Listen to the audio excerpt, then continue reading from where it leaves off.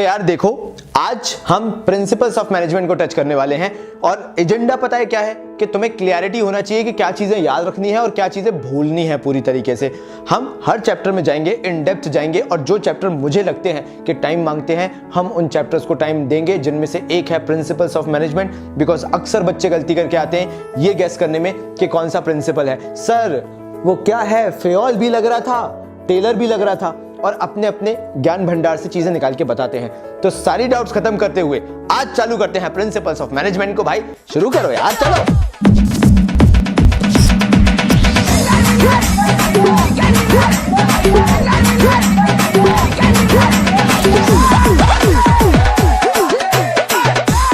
तो चलिए शुरू करते हैं भाई आज की बूटी। बड़े ध्यान से सुनिएगा ये चीजें, क्योंकि आज मैं जो प्रिंसिपल्स आपको पढ़ाने वाला हूं वो मैं केस स्टडी बेस्ड करवाऊंगा, ताकि जब भी आप इन प्रिंसिपल्स को उठा के देखो आपको केस स्टडीज बड़ी आसानी से बनने लग जाएं। #booty1 में आपका स्वागत है। सबसे पहले हमें प्रिंसिपल्स का नेचर जानने की जरूरत है, क्योंकि जो साइंस के प्रिंसिपल्स होते हैं वो टोटली डिफरेंट होते हैं। हाँ, यहां पे भी उनकी एप्लीकेबिलिटी जो प्रिंसिपल्स की है उस कॉन्टेक्स्ट में देखा जाए तो ऑलमोस्ट सिमिलर है, लेकिन अगर देखा जाए कि किस मामले में वो डिफरेंट है तो आपको यह भी समझना पड़ेगा कि उनके अंदर डिफरेंस जो है वो बहुत ही माइनर सा है। अब वो डिफरेंस क्या है, चलो एक बार मैं आपको समझाना चालू करता हूं। सबसे पहले आता है कि वो जनरल गाइडलाइंस है। जो प्रिंसिपल्स हमारे मैनेजमेंट में है वो हार्ड एंड फास्ट प्रिंसिपल्स नहीं है कि ऐसा है तो ऐसा ही होगा। These are जनरल गाइडलाइंस, और जनरल गाइडलाइंस का मतलब होता है कि ये एक तरीके का सजेशन दिया गया है, एक तरीके से बताया गया है कि अगर आप इन चीजों को फॉलो करोगे तो मे बी एंड रिजल्ट उसके अकॉर्डेंस में आ सकता है। लेकिन क्या गारंटी है जैसा टिपिकली साइंस होता है? नहीं, आपको 100% गारंटी नहीं है। यहां पे आपको ये चीजें बताई जा रही हैं, ऐसा करने से इस तरीके के रिजल्ट्स जनरेट हो सकते हैं या हम डिराइव कर सकते हैं। फिर आता है यूनिवर्सल एप्लीकेबिलिटी। अब जब मैं बात करता हूं यूनिटी ऑफ एक्शन या यूनिटी ऑफ डायरेक्शन, अब ये जो बेसिक फंडे हैं ये कोई भी बड़ा इंसान या कोई भी ऑर्गेनाइजेशन या कोई बड़ा इन द सेंस में कहना चाह रहा हूं क्रिएटिव या मैच्योर्ड पर्सन जो कि ओवर द ईयर्स चीजों को करता हुआ आया है, वो भी जानता है कि चीजों को क्रिएटिवली करना, चीजों को तरीके से करना, चीजों को प्रॉपर मैनर में करना, डिसिप्लिन मैनर में करना एक बेसिक चीज है, एक बेसिक नीड है ऑर्गेनाइजेशन की। तो when it comes to these kind of principles ये यूनिवर्सली एप्लीकेबल हैं। लाइक फॉर एग्जांपल, अगर हमारे भारत में डिसिप्लिन है, समझ गए, you got my point. Bharat में अगर किसी ऑर्गेनाइजेशन के अंदर डिसिप्लिन है तो ऐसा नहीं है कि वो फॉरेन कल्चर में चीजें नहीं देखने को मिलती हैं। It is kind of uniform, so that is the reason it is having universal applicability. हर जगह ये principles apply होते हैं, हाँ, अगर आप इनको properly लगाना जानते हो। Then again it is formed. Next अगर point की बात करूं तो formed from practice and experimentation. अब जो प्रिंसिपल्स हैं, जैसा मैं पहले भी कह रहा था कि हार्ड एंड फास्ट नहीं है। हमारे घर में आपने भी देखा होगा, आप अपने घर में भी देखते होगे कि चीजें चेंज हो रही हैं, एक्सपेरिमेंटेशन होते रहते हैं, चीजों को देखा जाता है, समझा जाता है, एनालिसिस किया जाता है। कई बार घर वाले आपकी बात मानते हैं, अधिकतर टाइम 100 टाइम्स घर वालों को आपकी बात माननी पड़ती है। नहीं, ऐसा नहीं होता, घर वालों को आपकी नहीं माननी पड़ती, आपको घर वालों की माननी पड़ती है। तो सोचा जाए, अगर बहुत क्लियरली सोचा जाए तो हमें यह समझ में आता है कि ऐसे ही प्रिंसिपल्स भी बनते हैं। जैसे घर में एक रूल होता है कि भाई 8-9 बजे तक आपको घर आना है या 10 बजे तक में भी घर आना है।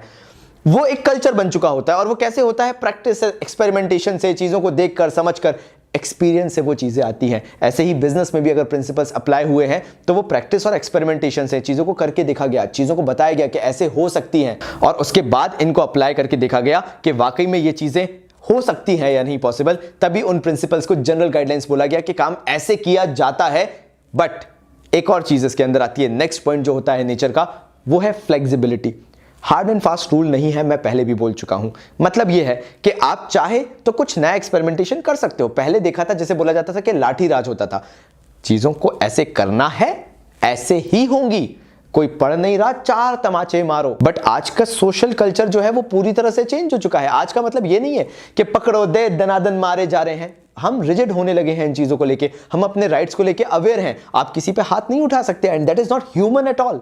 आपको ये चीजें समझनी पड़ेंगी कि what are your rights in the other sense, आप और चीजें किस तरीके से कर सकते हो। There are many ways of doing the things. So again, principles are flexible, they are adopting the changes, they are adopting the business environment, and yes, उनमें चेंजेस आ रहे हैं। तो अगेन आपको अपना माइंड ओपन रखना पड़ेगा when implementing the principles in your organisation. अब इसी चीज को आगे इलैबोरेट करते हुए मैं ये भी बता सकता हूं कि फ्लेक्सिबिलिटी क्यों है? Because it is mainly behavioural. आप ये नहीं कह सकते कि अगर मैं किसी को बहुत ही डिसिप्लिन रखता हूं तो सेम रूल दूसरे पे भी अप्लाई है। मे बी वो थोड़ा ओपन रहना पसंद करता है एज एन एम्प्लॉय, वो चाहता है कि उसे खुद की क्रिएटिविटी के लिए फ्रीडम मिले, वो नहीं चाहता वो रेगुलेटरी रहे, वो के रेगुलेट होके रहे एक प्रॉपर मतलब कंप्रेस्ड एनवायरनमेंट के अंदर जहां उसके ऊपर हर वक्त प्रेशर है, वो ओपन माइंडेड रहना चाहता है। सो अगेन इट्स बिहेवियरल, आपके बिहेवियर पे डिपेंड करता है कि आप किस तरह का प्रिंसिपल ऑप्ट करते हो अपनी ऑर्गेनाइजेशन के अंदर। मे बी वो आपकी ऑर्गेनाइजेशन के लिए 100% सूटेबल है, मे बी 80% है, मे बी बिल्कुल ही नहीं है। So because of the flexibility यहां पे ये चीज भी पता चलती है कि प्रिंसिपल्स ऑफ मैनेजमेंट एक इंसान के, एक ऑर्गेनाइजेशन के नेचर पे भी उतना ही डिपेंड करते हैं कि वो किस तरीके से एप्लीकेबल होंगे and how they define each and every principle. ये चीज लिख लेना, each and every principle is being defined differently by every organisation. किसी के लिए डिसिप्लिन है 10 से 5 की नौकरी, दिन का खाना, किसी के लिए डिसिप्लिन है क्रिएटिविटी को टॉप पे रखना और बेस्ट रिजल्ट अचीव करना। So again the meaning differs from organisation to organisation. जो नेक्स्ट चीज इसके अंदर आती है वो आती है कॉज एंड इफेक्ट रिलेशनशिप। मतलब ऑर्गेनाइजेशन के अंदर देखा जाए तो there is always a cause and there is always an effect. So principles of management in दोनों का गैप फिलअप करते हैं। अगर आप एक पर्टिकुलर चीज करोगे ऑर्गेनाइजेशन के अंदर तो बट ऑब्वियसली आपको उसका इफेक्ट भी दिखने लगेगा।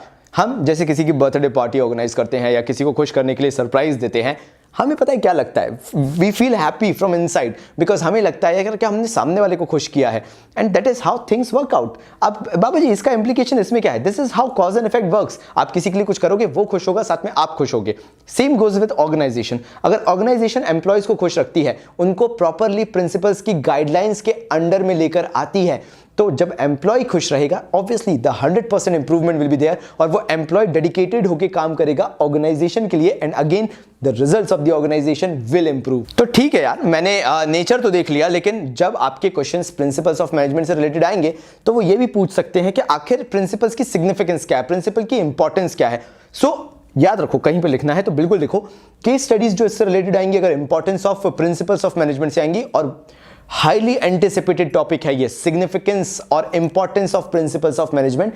यहां पे आपसे पूछेंगे इससे रिलेटेड कि आखिर ये किस तरीके से मैनेजमेंट को हेल्प करता है। नाउ टर्म मैनेजमेंट वहां पे लिख लो, how principles of management helps management to improve itself. ये क्वेश्चन आएगा आपसे, ये हर कोई नहीं बताएगा, ये टफ चीजें हैं जो कि रेगुलेट करना और देखना कि क्या पूछा जाएगा क्या नहीं, वो थोड़ा सा मुश्किल हो जाता है। चलो समझना चालू करते हैं। So first comes is as useful insight to the managers. Now insight का मतलब होता है कि मैनेजर जो है वो हमेशा ये फिगर आउट करने की कोशिश करता है कि क्या चीजें सही लेवल पे एप्लीकेबल हैं और क्या चीजें गलत लेवल पे एप्लीकेबल हैं।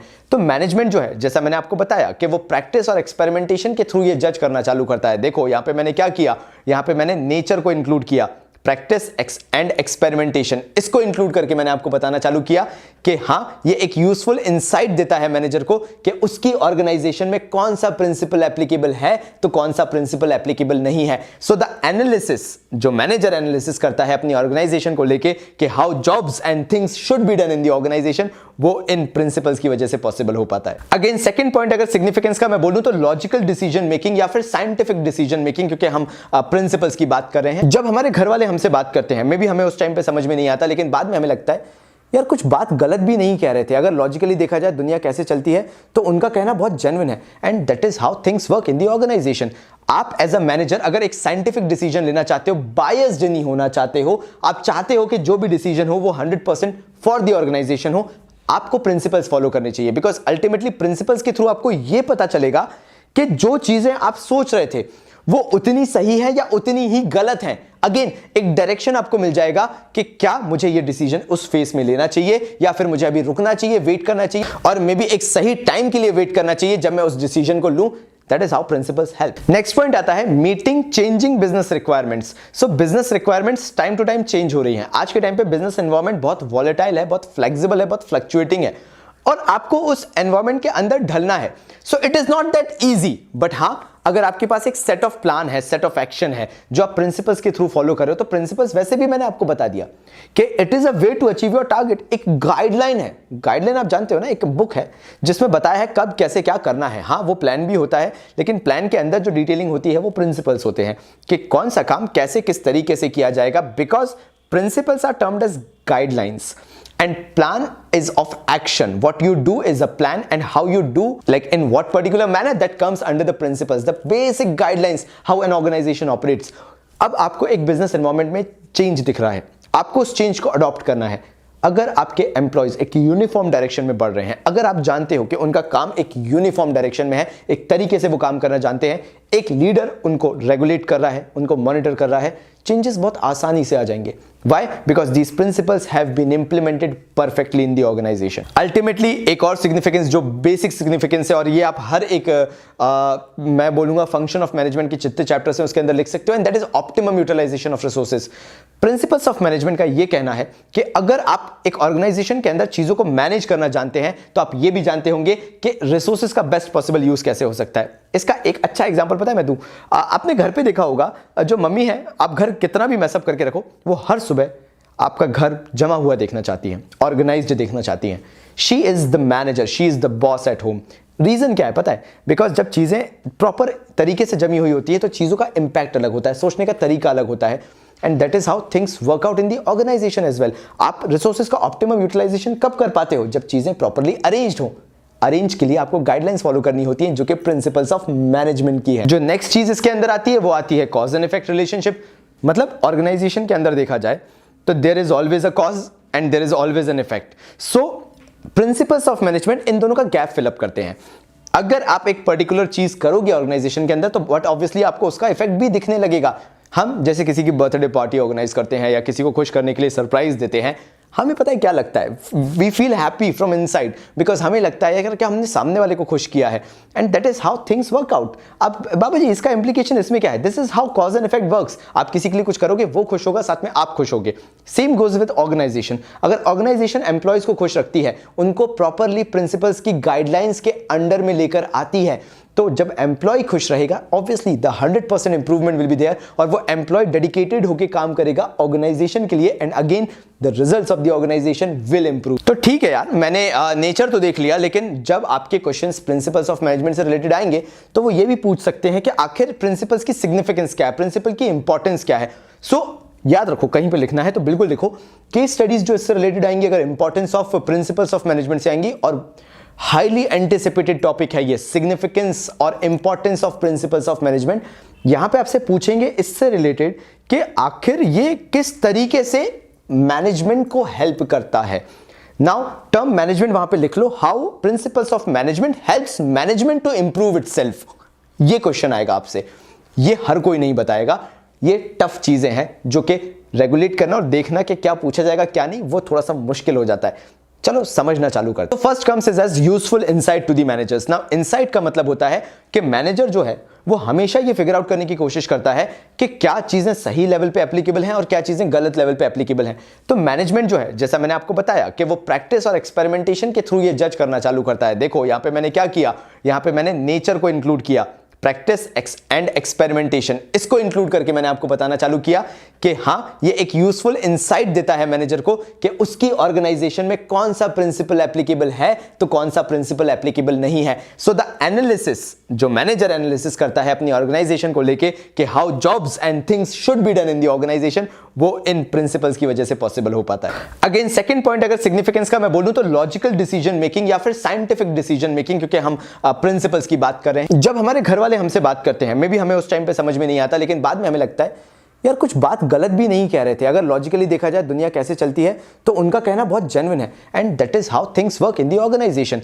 आप एज अ मैनेजर अगर एक साइंटिफिक डिसीजन लेना चाहते हो, बायस्ड नहीं होना चाहते हो, आप चाहते हो कि जो भी डिसीजन हो वो 100% फॉर द ऑर्गेनाइजेशन हो, आपको प्रिंसिपल्स फॉलो करने चाहिए। बिकॉज अल्टीमेटली प्रिंसिपल्स के थ्रू आपको यह पता चलेगा कि जो चीजें आप सोच रहे थे वो उतनी सही है या उतनी ही गलत है। अगेन एक डायरेक्शन आपको मिल जाएगा कि क्या मुझे ये डिसीजन उस फेस में लेना चाहिए या फिर मुझे अभी रुकना चाहिए, वेट करना चाहिए, और मे बी एक सही टाइम के लिए वेट करना चाहिए जब मैं उस डिसीजन को लूं। That is how principles help. Next point आता है meeting changing business requirements. So business requirements time to time change हो रही हैं। आज के टाइम पे बिजनेस एनवायरनमेंट बहुत वॉलेटाइल है, बहुत फ्लेक्सिबल है, बहुत फ्लक्चुएटिंग है। और आपको उस एनवायरमेंट के अंदर ढलना है। So it is not that easy, but हां, अगर आपके पास एक सेट ऑफ प्लान है, सेट ऑफ एक्शन है जो आप प्रिंसिपल्स के थ्रू फॉलो कर रहे हो, तो प्रिंसिपल्स वैसे भी मैंने आपको बता दिया कि it is a way to achieve your target. एक गाइडलाइन है, गाइडलाइन आप जानते हो ना, एक बुक है जिसमें बताया है कब कैसे क्या करना है। हाँ, वो प्लान भी होता है, लेकिन प्लान के अंदर जो डिटेलिंग होती है वो प्रिंसिपल्स होते हैं कि कौन सा काम कैसे किस तरीके से किया जाएगा, because principles are termed as guidelines and plan is of action. What you do is a plan, and how you do, like in what particular manner, that comes under the principles, the basic guidelines how an organization operates. अब आपको एक business environment में change दिख रहा है, आपको उस change को adopt करना है। अगर आपके एम्प्लॉयज एक यूनिफॉर्म डायरेक्शन में बढ़ रहे हैं, अगर आप जानते हो कि उनका काम एक यूनिफॉर्म डायरेक्शन में है, एक तरीके से वो काम करना जानते हैं, एक लीडर उनको रेगुलेट कर रहा है, उनको मॉनिटर कर रहा है, चेंजेस बहुत आसानी से आ जाएंगे। Why? Because these principles have been implemented perfectly in the organization. Ultimately, एक और सिग्निफिकेंस जो बेसिक सिग्निफिकेंस है, और ये आप हर एक मैं बोलूंगा फंक्शन ऑफ मैनेजमेंट की जितने चैप्टर्स हैं उसके अंदर लिख सकते हो, and that is optimum utilisation of resources. Principles of management का ये कहना है कि अगर आप एक ऑर्गेनाइजेशन के अंदर चीजों को मैनेज करना जानते हैं, तो आप ये भी जानते होंगे कि रिसोर्सेज का बेस्ट पॉसिबल यूज कैसे हो सकता है। इसका एक अच्छा एग्जांपल पता है मैं दूं, आपने घर पे देखा होगा, जो मम्मी है, आप घर कितना भी मैसअप करके रखो, वो हर सुबह आपका घर जमा हुआ देखना चाहती हैं, ऑर्गेनाइज्ड देखना चाहती हैं। She is the manager, she is the boss at home. Reason क्या है पता है? बिकॉज जब चीजें प्रॉपर तरीके से जमी हुई होती है तो चीजों का इंपैक्ट अलग होता है, सोचने का तरीका अलग होता है, and that is how things work out in the organisation as well. आप रिसोर्सेज का ऑप्टिमम यूटिलाइजेशन कब कर पाते हो? जब चीजें प्रॉपरली अरेंज्ड हो।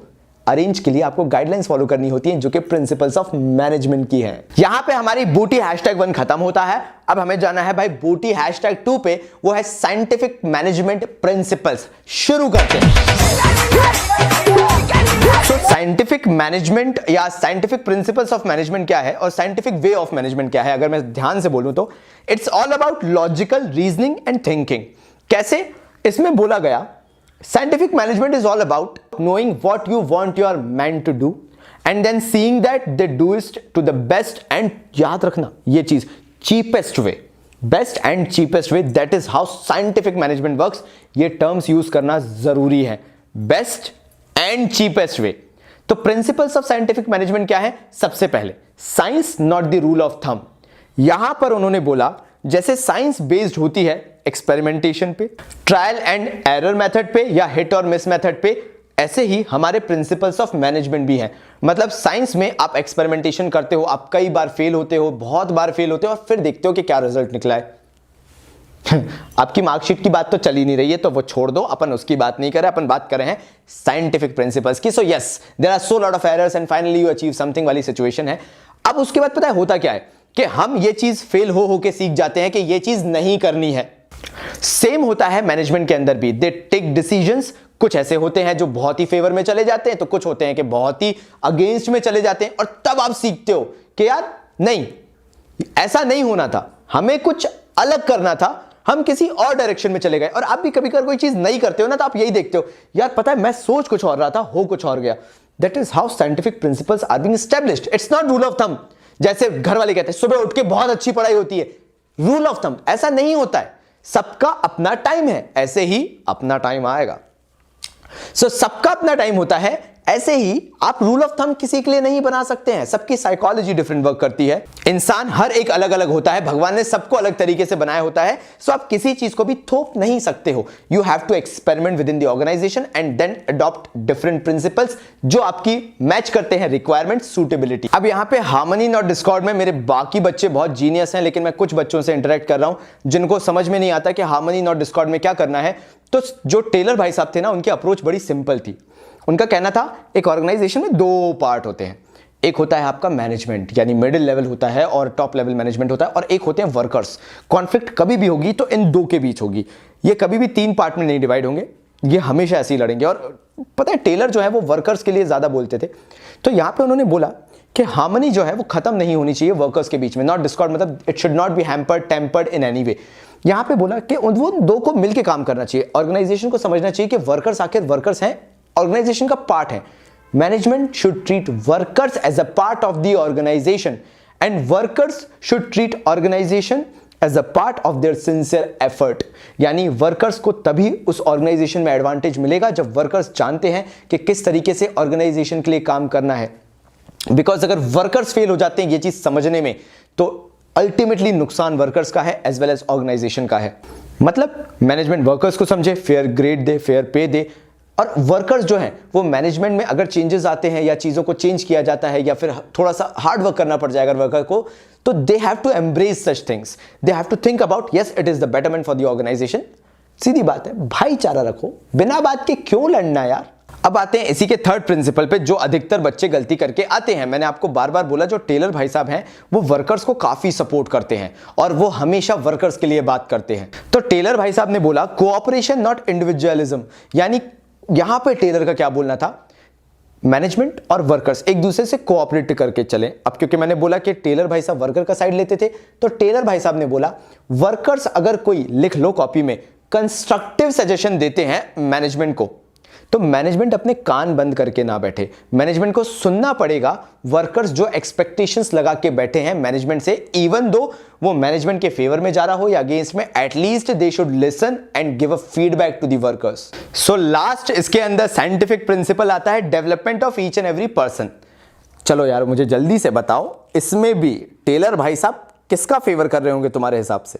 टेलर भाई साहब बोले अगर वर्कर्स को आप एडमिट करते हैं ऑर्गेनाइजेशन के अंदर, तो उनका development to the fullest of their potential, लिख लो कहीं पे, उनके पोटेंशियल से रिलेटेड फुलेस्ट होना चाहिए और फुलेस्ट प्रॉस्पर, यानी वो बिल्कुल ही शांत, बिल्कुल ही कूल माइंड से उस ऑर्गेनाइजेशन के अंदर काम करें, उस ऑर्गेनाइजेशन को फील करें। ये टेलर भाई साहब का कहना था इस पर्टिकुलर कॉन्टेक्स्ट में।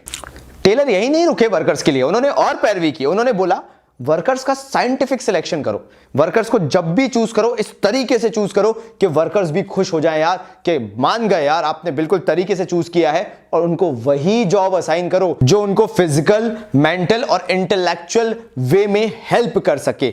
मतलब फिजिकल का मतलब यानी वो काम करने के लिए केपेबल हैं, मेंटल का मतलब उनको वो काम करके पीस मिल रहा है, और इंटेलेक्चुअल मतलब वो उस आइडियोलॉजी को, वो उस थॉट को प्रोसेस कर पा रहे हैं, वो ये समझ पा रहे हैं कि जो भी उनका काम है वो सही फेवर में या गुड फेथ में हो रहा है। इंटेलेक्चुअल का मतलब होता है generation of new ideas, thoughts, all kind of intangible assets you are having. So ये चीजें वर्कर्स अगर फील करते हैं अपने काम को लेके, तो आप सही काम कर रहे हो, अदरवाइज एज अ मैनेजमेंट आप गलत जा रहे हो।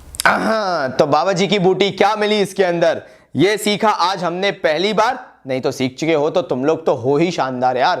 तो मैं जो बोलने वाला था वो ये था कि आज हम जो सीखे हैं टेलर भाई साहब के बारे में, और जो हम गलती करके आते थे वो यही गलती करके आते थे कि सर इसमें तो टेलर भी लग सकता है। अरे टेलर कैसे लगेगा जब टेलर बात ही करता है वर्कर्स के बारे में और मैनेजमेंट के बारे में। जब तक केस स्टडी वर्कर और मैनेजमेंट की आएगी नहीं तब तक कैसे लग जाएगा बताना जरा। अब तुम लगा रहे हो एम्प्लॉयज और मैनेजमेंट के बीच में, गलती तो तुम्हारी है। टीचर कहां गलत है, टीचर ने तो बताया लेकिन टीचर ने पूरा नहीं बताया, इसलिए बाबा जी ने बताया। तो बाबा जी ने क्या बताया कि जब तक मैनेजमेंट और वर्कर से रिलेटेड केस स्टडी नहीं आएगी तब तक ये चीज समझ जाओ कि वो केस स्टडी टेलर की नहीं है, वो केस स्टडी फेओल की है। क्योंकि फेओल का परसेप्शन वर्कर्स, एम्प्लॉयज और मैनेजमेंट तीनों को लेके था, लेकिन हमारे जो टेलर भाई साहब थे वो सिर्फ मैनेजमेंट और वर्कर्स की पैरवी करते थे। तो अगर आपसे कोई पूछता है क्यों भाई एक बात बताया तुम्हें कि वर्कर्स को कौन फेवर करता था, फेओल या टेलर, आप बोलोगे टेलर। ये आपको पता होना जरूरी है। अगर ये पता है तो फिर तो कोई संकट ही नहीं है, आप करके आ जाओगे भाई। हाँ भाई, आज का वीडियो यहीं खत्म करेंगे। मुझे मालूम है आप लोग बड़े जोश में थे, अरे बाबा जी एकदम से कैसे, अरे बाबा जी और पढ़ना है। अरे हमें भी मालूम है आपको और पढ़ना है, लेकिन बाबा जी का चमत्कार खत्म हो जाएगा अगर बाबा जी हड़बड़ में काम करने लगेंगे। बाबा जी का कहना है जो जितना जिस दिन पढ़ना होता है वो उतना उसी दिन पढ़ा जाएगा, बाकी कल के लिए छोड़ा जाएगा। 20 डेज प्लेज आएगा, आता रहेगा। आपके लिए एक गिफ्ट है, नीचे डिस्क्रिप्शन में जाओगे तो आपको नोट्स मिल जाएंगे प्रिंसिपल्स ऑफ मैनेजमेंट के। जाओ डाउनलोड करो, प्रिंट आउट निकलवाओ और अपने जल्दी से फाइल में लगा लो, जरूरी है भाई। तो तब तक के लिए बाबा जी की तरफ से